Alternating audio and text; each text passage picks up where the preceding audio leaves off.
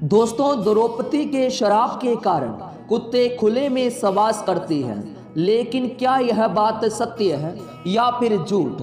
दोस्तों, कहा जाता है कि यह कथा महाभारत काल की है। जब अर्जुन विवाह कर द्रौपदी को अपने घर लाया, तब माता कुंती अपने किसी काम में व्यस्त होने के कारण बिना देखे ही पांचों पांडवों को यह आदेश दे दिया कि सभी भाइयों का इस पर बराबर का हक है। माता कुंती की बात का मान रखने के लिए पांचों भाइयों ने द्रौपदी से विवाह किया।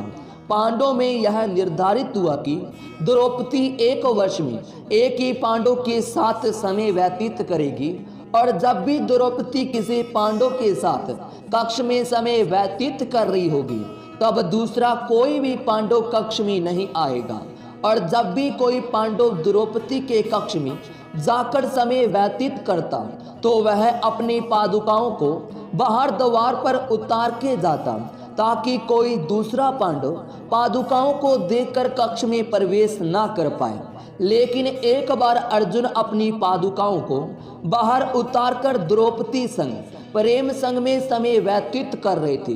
तभी एक कुत्ता आया और खेल खेल में अर्जुन की पादुकाओं को उठाकर पास के जंगल में ले जाकर उनके साथ खेलने लगा।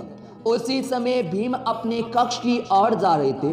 तब उन्होंने देखा कि द्रौपदी के कक्ष के बाहर कोई भी पादुकाएं नहीं थी, और वह द्रौपदी के कक्ष में प्रवेश कर गए। इस तरह भीम को अपने कक्ष में देखकर द्रौपदी बहुत ज्यादा शर्मिंदा हुई और बहुत ज्यादा क्रोधित होते हुए कहा कि तुम कक्ष में कैसे प्रवेश किए, जबकि अर्जुन अपनी पादुकाओं को प्रवेश द्वार पर उतार कर आए हैं। इस पर भीम ने द्रौपदी से कहा कि कोई भी पादुकाएं प्रवेश द्वार पर नहीं थी। तब दोनों भाई कक्ष से बाहर निकले और पादुकाओं को खोजना शुरू किया। पादुकाओं को खोजते खोजते दोनों भाई पास के जंगल में जा पहुंचे। तभी उन्होंने देखा कि एक कुत्ता पादुकाओं के साथ खेल रहा है। द्रौपदी बहुत ज्यादा लज्जित महसूस कर रही थी, क्योंकि भीम के सामने उन्हें बहुत ज्यादा शर्मिंदा होना पड़ा।